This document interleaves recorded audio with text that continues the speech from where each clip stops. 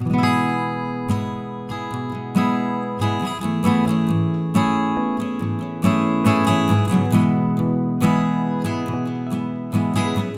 famílias estão sendo alvo de um ataque maciço da nossa cultura pós-moderna, que tenta de toda maneira destruir qualquer tipo de verdade, fundamento e qualquer tipo de coisa que diz respeito à revelação de Deus nas Escrituras. Nunca em tempo algum a família esteve sobre tanto ataque e tão devastador como nos nossos dias. Nunca. Vivemos dias, irmãos, como escreveu o apóstolo Paulo em 2 Timóteo 3, difíceis. Dias onde a família tem sido assim alvo de incursões, tanto de ideologias nefastas como de ações equivocadas. Hoje, por exemplo, a escola não é mais um lugar seguro para os nossos filhos. Aonde nós chegamos? Hoje os diretores de escola estão todos apavorados com essa onda de pessoas usando de violência dentro das escolas. Hoje você passa em frente às escolas de Maringá, existe um verdadeiro arsenal de pessoas na porta tomando conta. Um aparato grande de câmeras e de todo tipo de material para tentar, de repente, cercear um pouco a violência que tem sido feita e propagada com as nossas crianças. E não são apenas elas, né? São violências também que a gente vê muitas vezes atacando a família, o casamento, tentando desestruturar essa instituição tão sublime que o próprio Deus criou em Gênesis capítulo 2. E na verdade, irmãos, vivemos dias onde precisamos muito investir na nossa família. E investimos na nossa família quando investimos na origem da nossa família, nas coisas de Deus, na palavra de Deus. E as tentações, irmãos, são muitas, mas eu queria tratar hoje basicamente de 4 delas, que são tentações primordiais, essenciais, que toda família enfrenta. Queria ler com vocês Gênesis capítulo 3, versículo de número 1 até o versículo de número 9. Diz assim o texto. Os irmãos conhecem o texto. Mas a serpente, mais sagaz de todos os animais selváticos que o Senhor Deus tinha feito, disse à mulher: é assim que Deus disse: não comereis de toda árvore do jardim? Respondeu-lhe a mulher: do fruto das árvores do jardim podemos comer, mas do fruto da árvore que está no meio do jardim, disse Deus: dele não comereis, nem tocareis nele, para que não morrais. Então a serpente disse à mulher: é certo que não morrereis, porque Deus sabe que no dia em que dele comerdes, se vos abrirão os olhos, e como Deus sereis conhecedores do bem e do mal. Vendo a mulher que a árvore era boa para se comer, agradável aos olhos, e árvore desejável para dar entendimento, tomou-lhe do fruto e comeu, e deu também ao marido, e ele comeu. Abriram-se então os olhos de ambos, e percebendo que estavam nus, coseram folhas de figueira e fizeram cintas para si. Quando ouviram a voz do Senhor Deus, que andava no jardim pela viração do dia, esconderam-se da presença do Senhor, o homem e sua mulher, por entre as árvores do jardim. E chamou o Senhor Deus ao homem e lhe perguntou: onde estás? Só até aí. Interessante, irmãos, que o primeiro ataque do diabo na Bíblia foi no seio da família, não é? No seio da família recém-instituída. A primeira família que Deus colocou no jardim, um lugar tão aprazível, um lugar de deleites, de prazeres, esse lugar onde Deus preparou com tanto cuidado e colocou nela o homem e a mulher, para que eles tivessem filhos, foi o lugar onde o diabo escolheu para agir, para tentar e tentar de todas as formas desestruturar, destruir o plano original de Deus. Interessante que, eu acho que foi ontem ou anteontem, eu fui visitar o bebezinho da Camila. Camila, esposa do meu querido Lázaro, teve o bebê, Camila Regel, que faz as bolsas bonitas. E eu tive aqui na Santa Casa para ver o Isaac. E cheguei lá, o Isaac estava no colo dela. E quando eu entrei na sala, no quarto, tinha 4 camas junto com a dela, e nas 4 camas, as mães com seus bebês. E eu até brinquei, falei, tem que tomar cuidado para a enfermeira não trocar os bebês aqui, né? Mas na realidade, irmãos, quando eu vi o Isaac, eu falei, esse menino já nasceu de 2 meses. Meninão, bonito, cabeludo, parecendo Samuel, o irmão mais novo. E aí a Camila virou para mim e falou assim, pastor, o quarto aqui está cheio de mãe com seus bebês e o hospital está lotado de bebês. Aí eu falei, aleluia, não é? Porque esse é o propósito de Deus. A família, os filhos. E é exatamente esse propósito ser tão belo e tão sublime, que ele é alvo do diabo. E até hoje tem sido assim. Quando a gente olha para a queda primordial do homem em Gênesis, quando a gente olha para esse caos que se instaurou no cosmos e na humanidade por causa do pecado do homem, a gente vê que basicamente houveram 4 tentações que a primeira família sofreu. E que, por incrível que pareça, são as mesmas tentações que hoje, em pleno século 21, as nossas famílias também enfrentam. Quais são elas? A primeira tentação, irmãos, que as famílias enfrentam é dar ouvido ao diabo. Veja no versículo de número 1 e 2, que a mulher entabulou um diálogo com o diabo. Mas a serpente, mais sagaz que todos os animais selváticos que o Senhor Deus tinha feito, disse à mulher, é assim que Deus disse, não comereis de toda árvore do jardim? Respondeu-lhe a mulher, do fruto das árvores do jardim podemos comer. Veja, querido, que o primeiro casal foi assediado pelo diabo com as suas sutis sugestões. E a gente vai ver no texto que como é sutil a sugestão do diabo. Como ele distorce de forma sutil aquilo que Deus tinha dito para gerar no coração das pessoas dúvida, incredulidade. Mas o pior de tudo, irmãos, nesse texto, é que Eva abriu os ouvidos para ouvir a voz do diabo.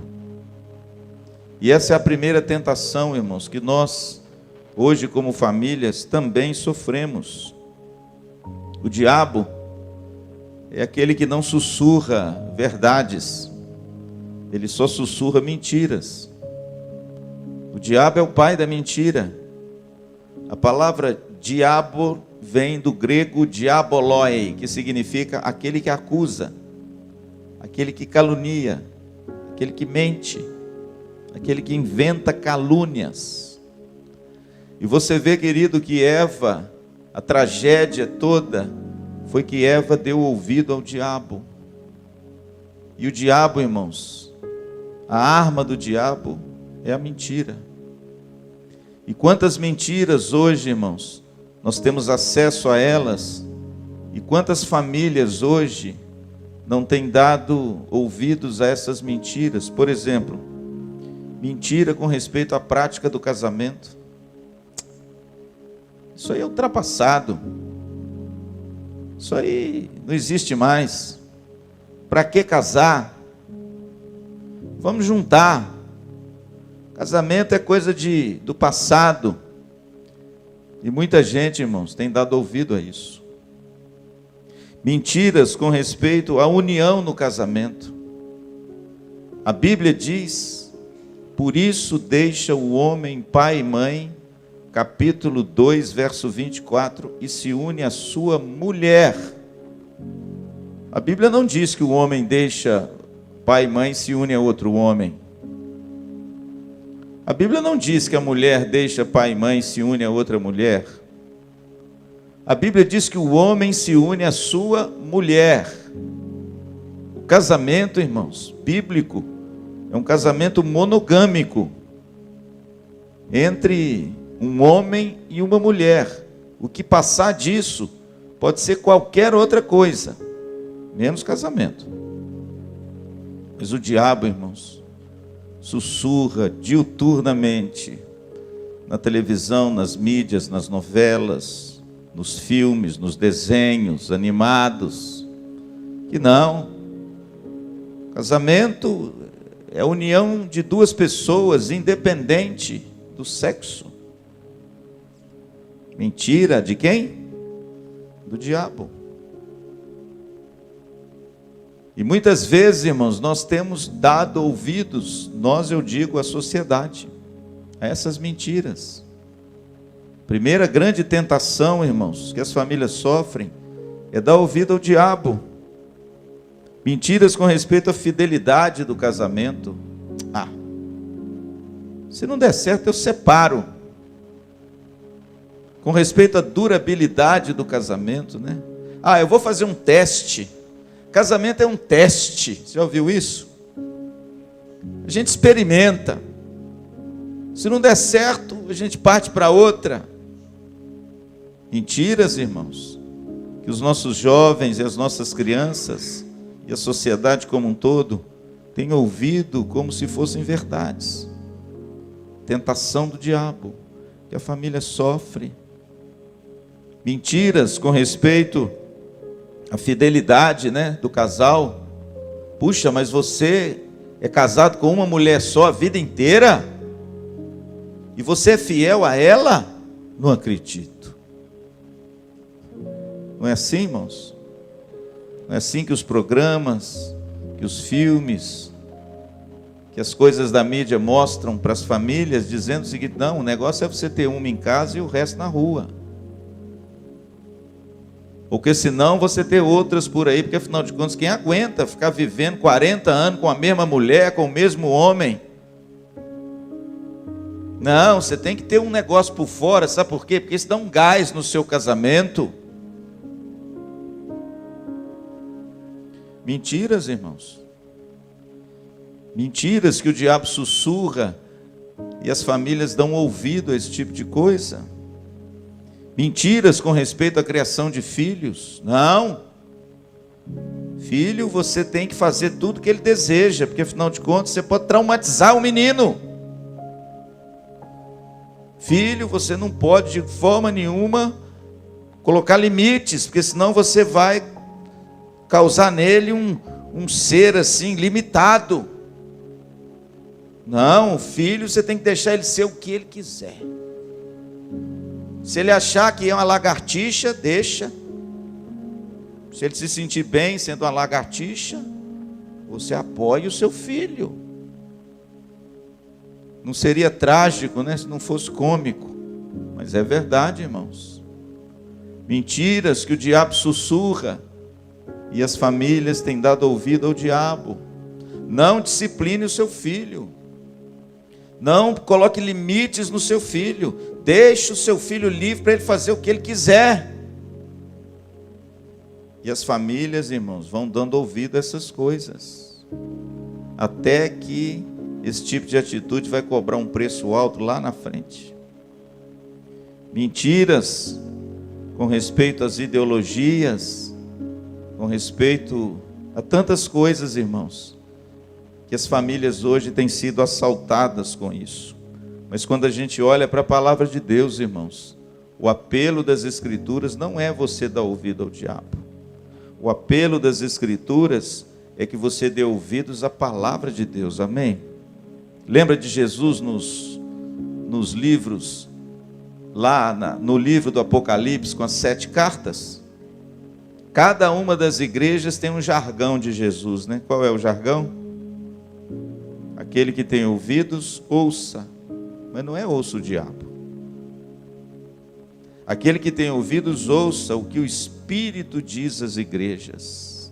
Significa, querido, que o apelo das Escrituras é que você feche os ouvidos para as coisas do mundo e do diabo e abra os ouvidos para a palavra de Deus. Dr. Augusto Nicodemos tem uma pregação muito bonita na internet, que ele fala o seguinte: você passa de segunda a sábado entulhando a sua mente e o seu coração de porcaria do mundo.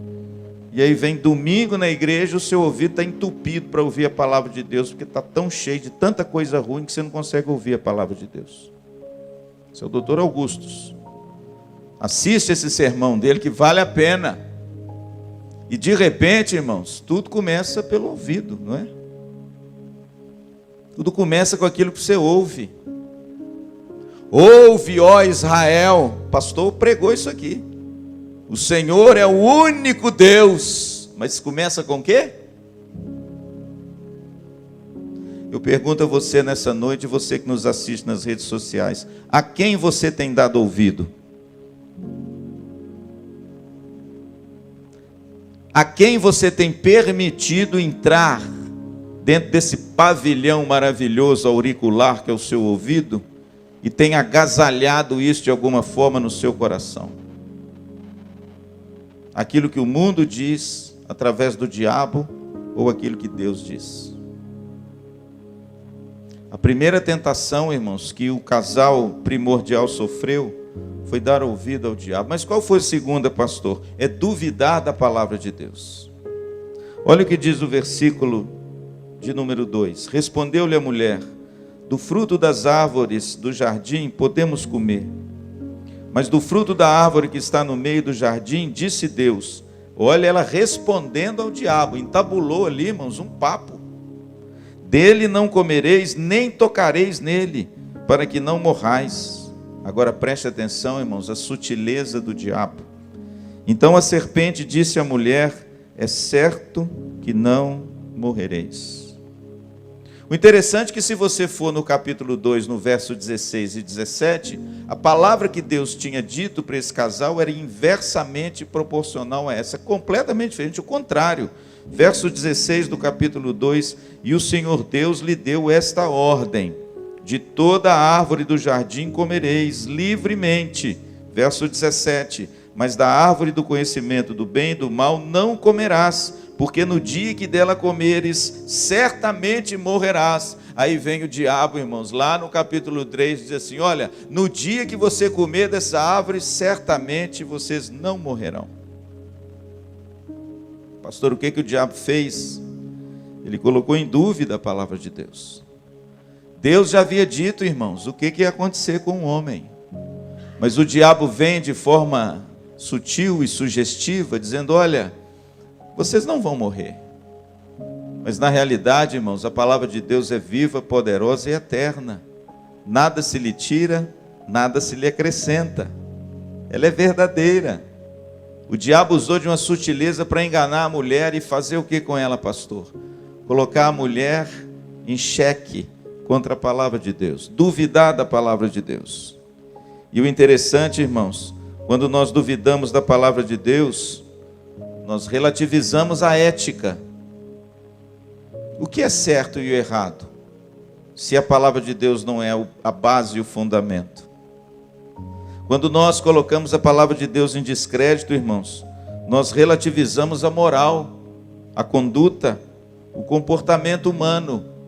Quando nós colocamos em xeque a palavra de Deus, fica parecido mais ou menos com aquela frase no livro de Dostoiévski, dos irmãos Karamazov, onde ele escreve: se Deus não existe, então tudo é permitido.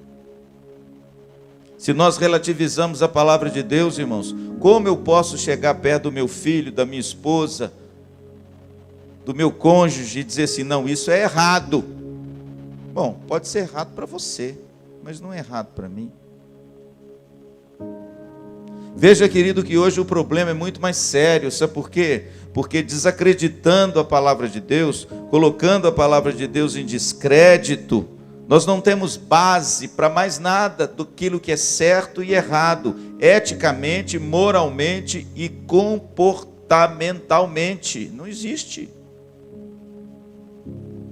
Quando de repente, irmão, você vira para uma pessoa e diz: olha, você não pode desonrar o seu leito, o leito sem mácula do seu casamento. Quem disse isso? Não, a palavra de Deus diz isso. Palavra de Deus? Que palavra de Deus, só? Aquilo é um livro qualquer. E como, irmãos, nós vamos então buscar valores sobre os quais nós construímos a nossa vida, a nossa família, a nossa sociedade. O interessante, irmãos, que o diabo é muito astuto.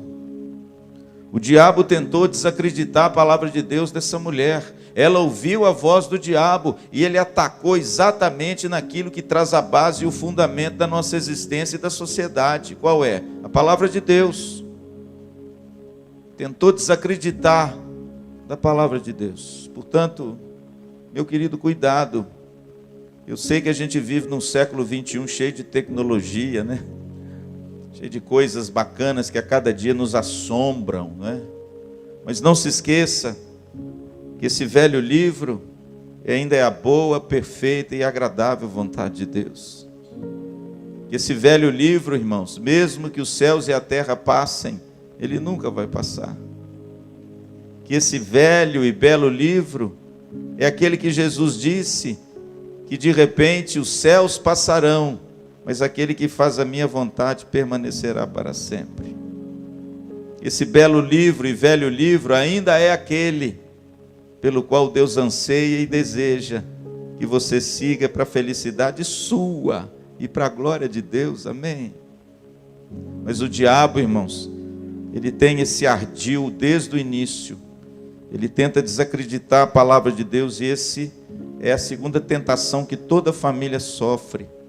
Colocar a palavra de Deus no descrédito. Ah, eu vou fazer só um pecadinho aqui, isso aqui não vai ter consequência não. Ah, eu vou ceder só um pouquinho aqui, isso aí não vai ter nada a ver. Ah, eu vou transgredir só um pouquinho aqui, porque todo mundo faz. E aí de repente, irmãos, quando a gente assusta, a gente já cavou um abismo tão profundo que a gente não consegue sair de lá mais. Você quer ver uma coisa? A Bíblia diz que Jesus, antes de iniciar o seu ministério, o texto diz que Jesus foi batizado por João Batista. Você conhece o texto? A Bíblia diz que quando Jesus chegou, João Batista olhou para ele, e o texto diz que entabulou um diálogo com Jesus, não é esse o caso, mas na realidade que quando ele batizou Jesus, aconteceram 3 coisas maravilhosas. Primeiro, a Bíblia diz que os céus se abriram. Segundo, a Bíblia diz que uma voz veio do céu. Terceiro, a Bíblia diz que o Espírito Santo, como uma pomba, pousou em Jesus. Mas o mais interessante aqui, irmãos, é que o Pai disse para Jesus. O que ele disse? Tu és o meu filho amado, em quem eu me comprazo. Na Nova Versão diz: tu és o meu filho amado, em quem eu tenho todo o meu prazer. Agora preste atenção, irmãos, como o diabo é sutil, e como essa artimanha, essa tentação do diabo é antiga, e persegue o homem na sua saga, na sua história. Quando Jesus saiu das águas, sabe o que o texto diz em Lucas? Que o Espírito Santo levou Jesus ao deserto para ser tentado pelo diabo. E qual foi a tentação que o diabo usou para dar uma rasteira em Jesus? Se és filho de Deus, mande que essas pedras se transformem em pães. Pastor, o que o diabo quis? O diabo quis desacreditar o que Jesus tinha ouvido minutos antes. Aliás, não é minutos antes, não, desculpa, 40 dias antes, né? Lá no seu batismo, quando ouviu do Pai o seguinte: tu és o meu filho amado. Mas vem o diabo, irmãos, e colocou essa palavra de Deus em questão. Uma grande interrogação foi posta: se és filho de Deus. E assim, irmãos, caminha a humanidade, muitas vezes desacreditando da Bíblia, muitas vezes abrindo no nosso coração raiz de incredulidade, para que a gente não se aproprie dessas verdades eternas e não creia naquilo que Deus disse e que vai se realizar. Eu não sei se você assistiu, estou terminando. Não sei se você assistiu O Senhor dos Anéis. Assistiram? Todo mundo assistiu aquilo, né? O Senhor não assistiu não, dona Cleusa? O Senhor dos Anéis é uma saga maravilhosa, fantasiosa do Evangelho de Jesus Cristo, sabia? Do Velho e do Novo Testamento. O Senhor dos Anéis termina com o último filme, ou a última parte do livro, que se chama O Retorno do Rei. E o interessante é que no final desse filme, do Retorno do Rei, Frodo, que é a personificação de Jesus, né? O anel é o pecado, por isso é que ele leva o anel e ele não se contamina com o anel. Todo mundo se contamina, menos ele. Por quê? Porque ele é a figura de Cristo. Ele pode usar o anel, e o anel não age nele. É a mesma coisa. E de repente, o filme é muito lindo, termina, né? Aquela coisa apoteótico, e aí aparece o Frodo na sua casinha, lá naquele lugarzinho bucólico, terminando de escrever um livro. E aí ele escreve, chega o Sam do lado dele, que é um dos discípulos, e ali a personificação de Pedro, chega perto dele e falou: Senhor Frodo, o senhor acabou o livro?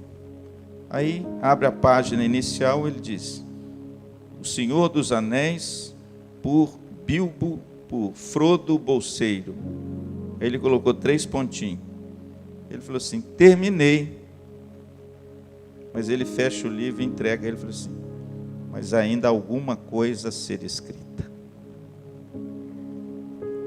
Muito lindo, irmão. Sabe por quê? Aquilo é a personificação de Atos dos Apóstolos. Eu terminei.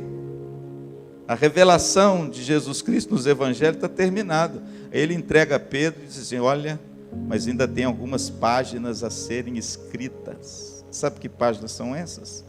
São as nossas páginas até ele voltar de novo. E aí a gente vê, irmãos, quando lê a Bíblia e as promessas de Deus e como elas se cumpriram, e como falta tão pouco para que a grande e gloriosa de todas elas se cumpram, não tem como, irmãos, a gente duvidar da palavra de Deus.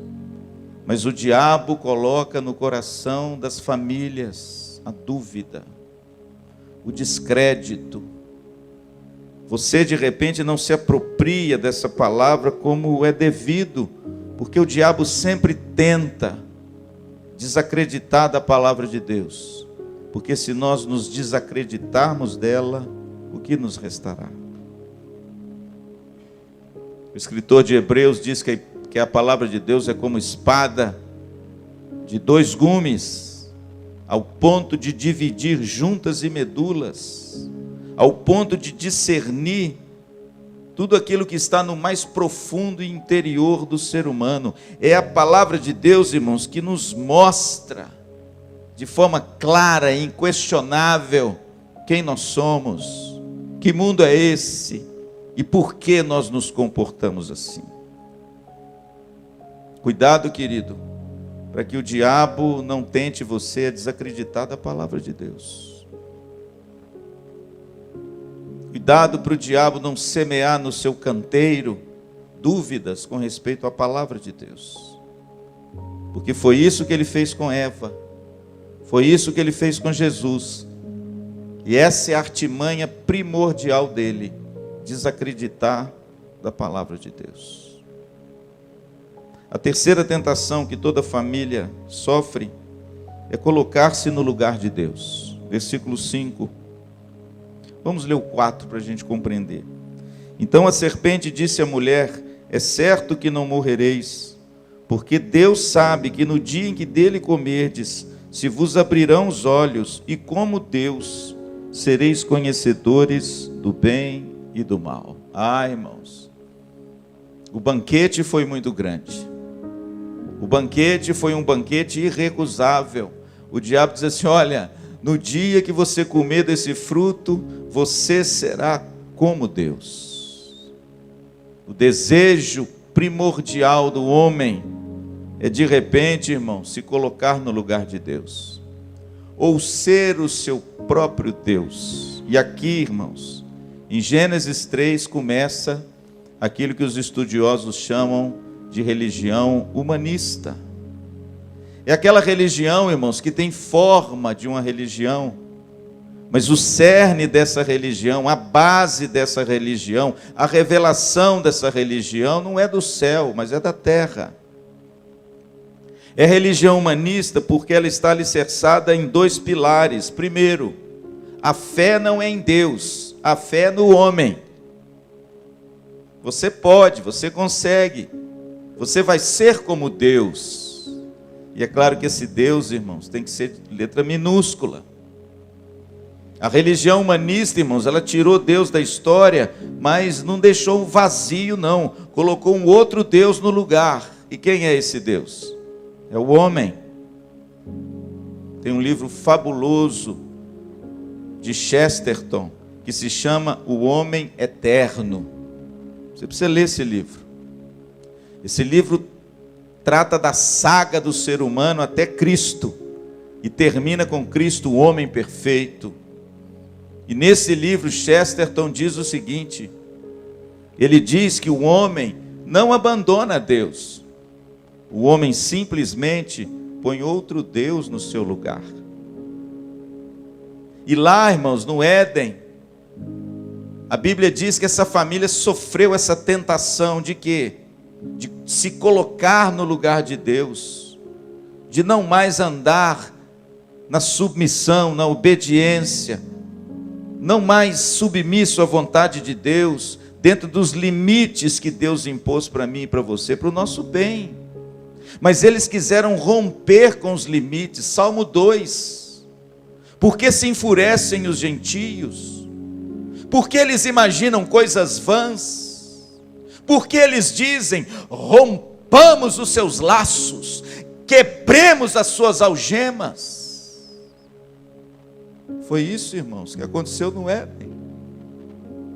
Agora, mal o homem sabia que essas algemas não eram algemas para prender, eram algemas para libertar. As algemas de Deus são algemas feitas para a nossa felicidade. O que significa essas algemas? São os limites que Deus impôs a nós, irmãos, para o nosso bem. Mas o homem diz: eu quero romper, eu quero quebrar, eu quero ser o meu Deus. E aí, irmãos, está o caos. Porque se o homem retira Deus da história e coloca ele no centro, a história caminha na direção do pior. Portanto, irmãos, essa é a terceira tentação que as famílias sofrem, de colocar-se no lugar de Deus. A religião humanista, ela não é baseada na revelação de Deus. A religião humanista é baseada nas experiências pessoais. O que importa não é o que está escrito. O que importa é o que eu sinto. O que importa são as emoções, as sensações. O que importa é o prazer. O que importa é aquilo que dá vazão ao desejo da minha alma. Afinal de contas, eu mereço ser feliz. Então eu preciso beber até a última gota. Mal sabendo, irmãos, que muitas vezes eles são envenenados até a morte. A religião humanista, irmãos, não é a religião da revelação de Deus para nós.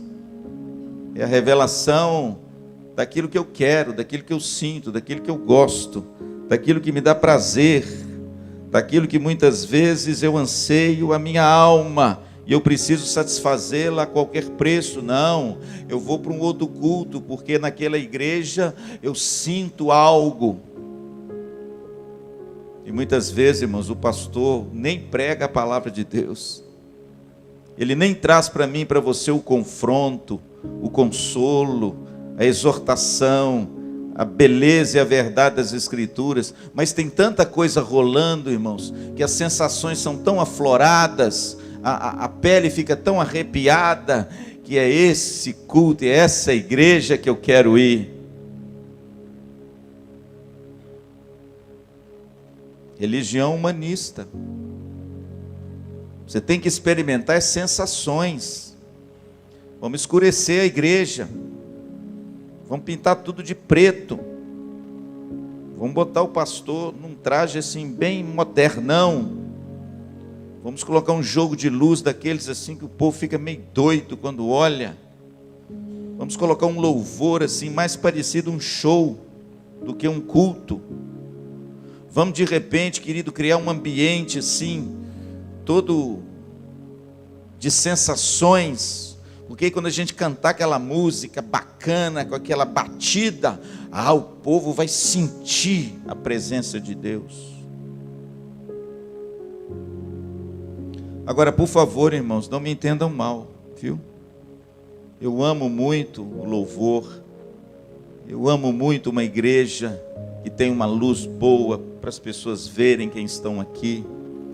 Eu amo muito um detalhe bonito para de repente sair lá no vídeo que você está assistindo.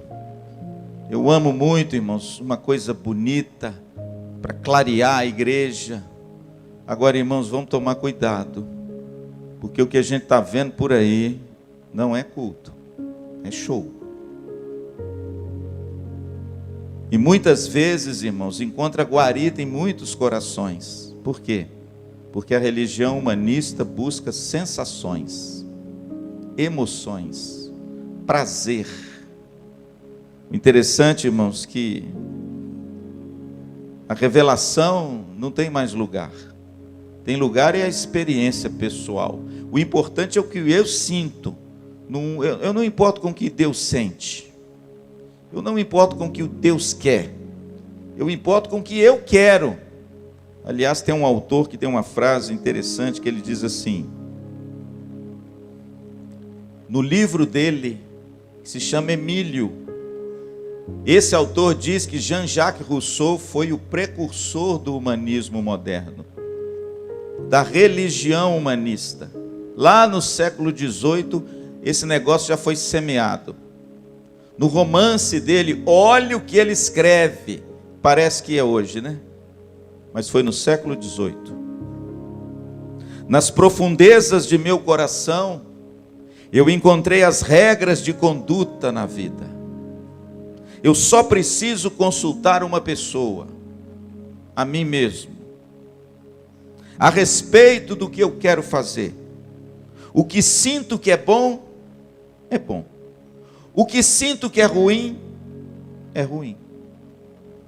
Irmãos, isso foi escrito no século XVIII, quando ainda o cristianismo dominava as mentes e os corações dos homens.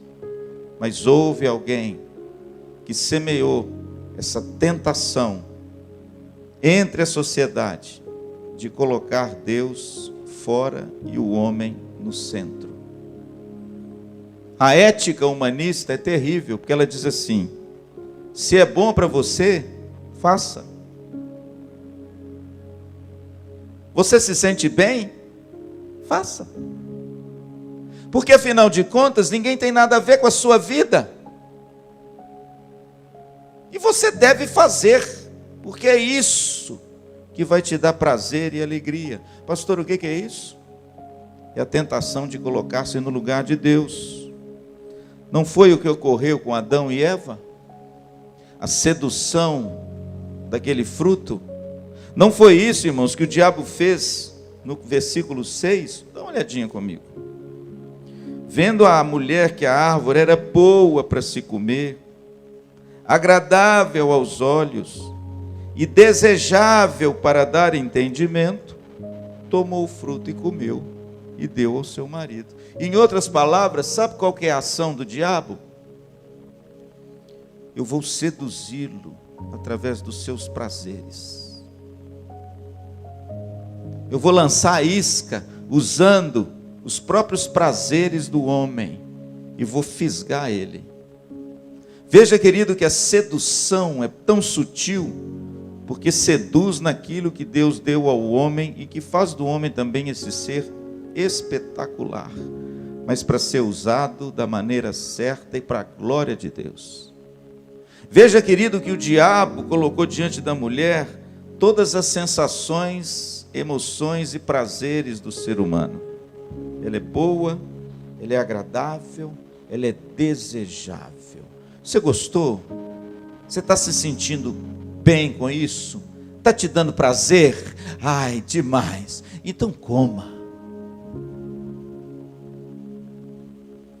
E eu pergunto, irmãos, preocupadíssimo, não é isso que a gente está vendo por aí? Não é isso que a gente, dia e noite, se depara fora da palavra de Deus? Esse banquete de sensações e seduções. E muitas vezes, irmãos, nós estamos abandonando o Senhor e nos colocando no lugar de Deus, e estamos professando uma religião humanista, puramente humanista. Não estamos interessados em agradar a Deus, queremos agradar a nós. A nós. Em último lugar, irmãos, eu termino. Pastor, quais são as 4 tentações básicas que toda família enfrenta? Primeiro, dar ouvido ao diabo. O único ser que pisou nessa terra, que tem autoridade para dizer algo para o diabo, chama-se Jesus de Nazaré. Só ele. Eu e você, irmãos, nós temos que dar ouvido a quê? A voz de Deus, a palavra de Deus. Feche as cortinas da sua casa para as mentiras do mundo. Feche os seus ouvidos às vozes dissonantes que contrariem a doce voz do Espírito na palavra de Deus. A segunda tentação, irmãos, que nós vimos é você duvidar da palavra de Deus. Cuidado com a incredulidade. Paulo, em 1 Coríntios 10, diz que não haja entre vós raiz de incredulidade, que vos afaste do Deus vivo. Creia nessa palavra poderosa. Creia nessa promessa gloriosa. Creia, irmãos, que a Bíblia é a palavra de Deus e que tudo que ela diz se cumpre e ainda se cumprirá o restante. Não deixe que o diabo semeie incredulidade no seu coração. Se aproprie dessas verdades gloriosas e não permita que tenha raiz de incredulidade em você. Terceira tentação é a religião humanista. É colocar-se no lugar de Deus. O diabo quer retirar Deus da história e colocar você no lugar dele. Aí sim. Lembra da última tentação de Jesus? Qual foi? A Bíblia diz que Satanás levou Jesus a um alto do monte e deu uma olhada em tudo e falou assim: olha, você está vendo aí a glória de tudo? Tudo isso te darei, se prostrado me adorares. Que coisa, irmãos, é isso que o diabo quer. O diabo quer que essa sedução dessa religião humanista, dos prazeres e sensações, seja o seu Deus. Em outras palavras, você seja o seu Deus. E você viva nesse mundo alimentando as sensações e os prazeres, não importando muito com aquilo que Deus quer, deseja e fica feliz ou triste com a sua vida e com a nossa vida. Mas em último lugar, irmãos, a última grande tentação é desprezar os papéis. Nós já lemos o versículo 6. O diabo assedia a mulher e assedia através da sedução dos olhos, dos desejos, das sensações e das emoções. Ela mostra a ela algo prazeroso, sensual, e diz: pode comer, coma. E a Bíblia diz, irmãos, no final do verso 6, que ela comeu e deu também ao marido, e ele comeu. O texto diz que depois disso, os olhos dos dois se abriram e eles notaram que estavam nus. Ou seja, antes, irmãos, o pecado ainda não havia o seu estigma da acusação e nem da vergonha. Mas quando eles ouviram a voz do Senhor, o texto diz no verso 8, que eles se esconderam. E aí no verso 9 acontece uma coisa interessante. A Bíblia diz que quando o Senhor desceu de novo, o Senhor Deus o chamou. O texto diz, e chamou o Senhor Deus ao homem. E se você ver no versículo anterior, você vai ver que os dois se esconderam. Mas quando Deus chama a responsabilidade, a Bíblia diz que Ele chama quem? O homem. E aqui, irmãos, existe uma tentação terrível, desde o Renascimento, desde o século XVIII, onde os iluministas semearam essa religião humanista e colocaram um homem no lugar de Deus, que tem se desenvolvido até os nossos dias. O que, pastor? A tentação de desprezar os papéis no casamento. Veja, querido, que aqui houve uma lambança completa.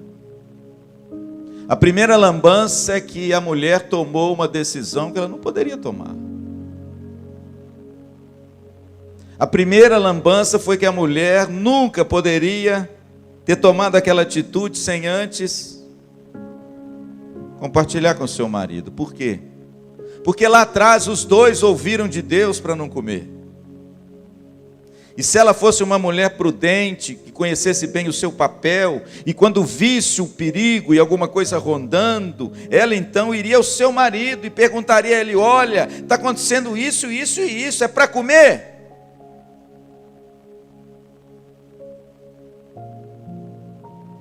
Desprezando os papéis, quis passar na frente do homem, quis fazer aquilo que não era o papel dela. Tomou a dianteira, invadiu o território que era do marido, e de repente, querido, ela toma do fruto, come, e para tragédia maior, verso 6, dá ao marido. E aqui, irmãos, um outro problema com desprezo de papéis, qual é? O do marido. Porque o texto diz que o marido estava do lado dela. O texto diz que ele presenciou tudo. O texto original diz, irmãos, que ele não estava pescando ou estava fazendo churrasco. E a mulher estava andando no jardim assim, bela e fresca. O texto não está dizendo, irmãos, que o homem estava longe de férias, viajando para a praia. Não, irmãos. O texto diz que a mulher ouviu aquilo tudo, aquela sedução toda, e o marido do lado. Ela tira, come e dá para ele. E que é pior ainda, o que ele faz? Ele come. Irmãos, uma lambança completa, sabe por quê? Porque se a mulher deixou de ser submissa ao seu marido e buscar a liderança do homem dentro de casa para uma resolução dessa, onde ela já sabia que não devia fazer, o marido é pior, sabe por quê? Porque ele, como líder da sua casa, ele também não tomou nenhuma atitude com respeito ao que sua mulher fez. Pelo contrário, ele foi conivente com ela. Em outras palavras, irmãos, na palavra do pastor Alain, esse marido foi um banana. Ele simplesmente deixou a coisa rolar.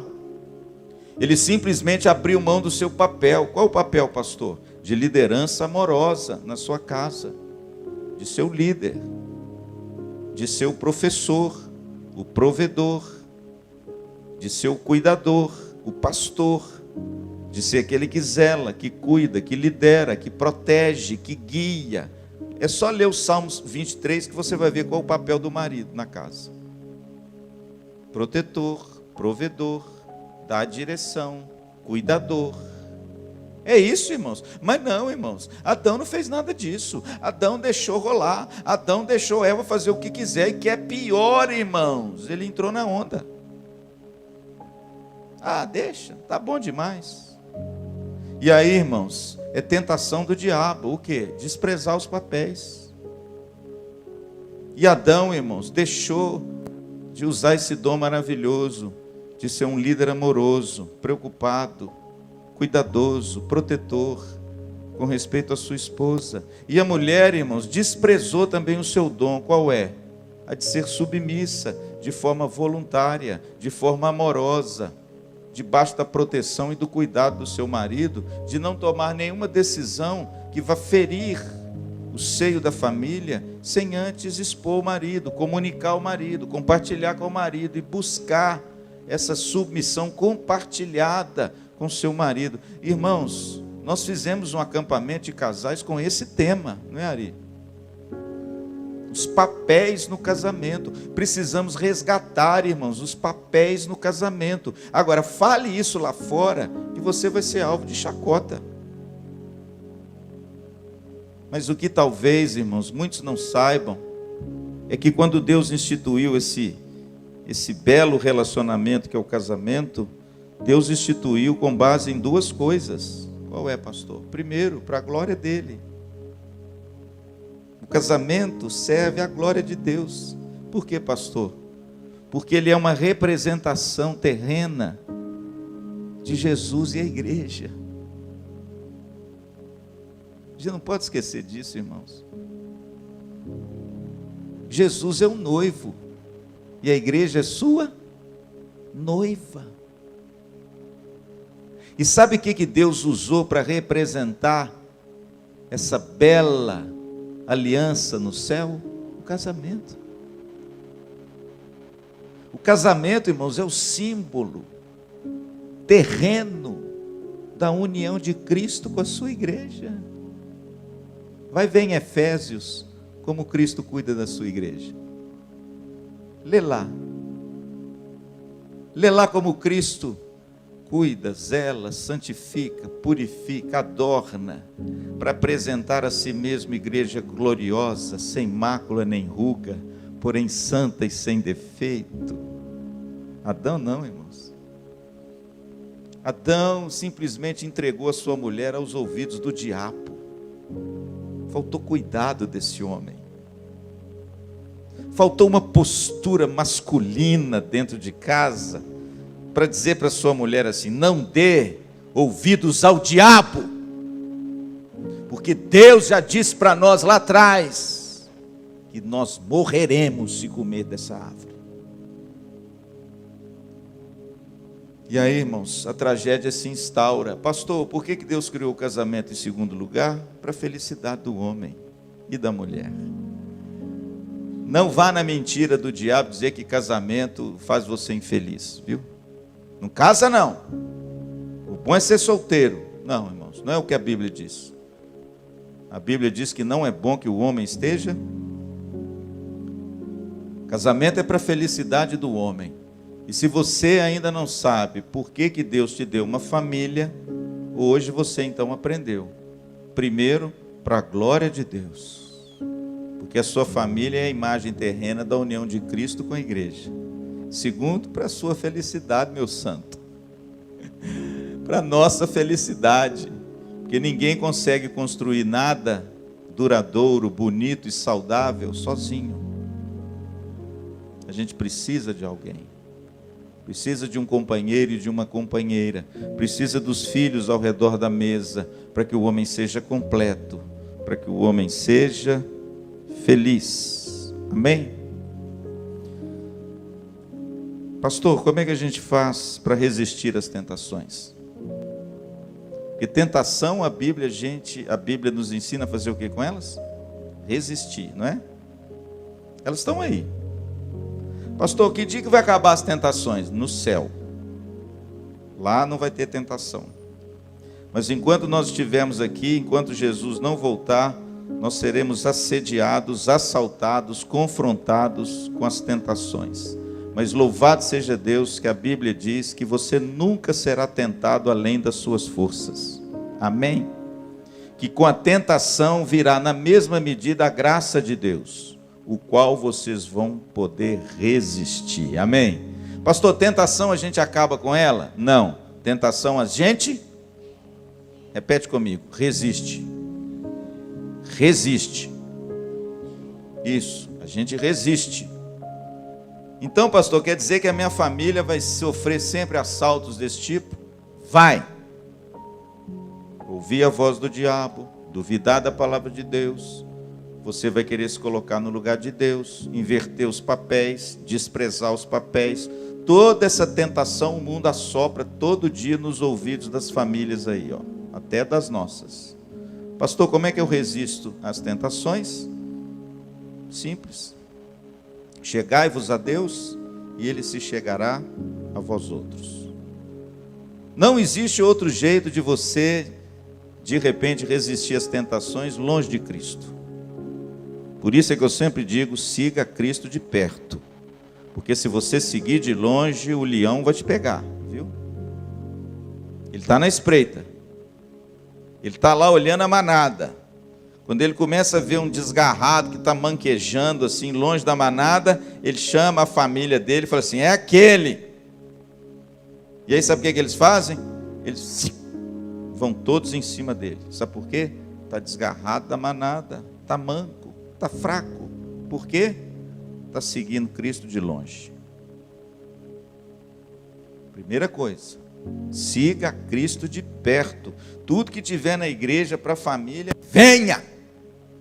Tudo que tiver na igreja para a mulher, venha, meu santo. Tudo que tiver na igreja para homem, venha, meu filho. Sabe por quê?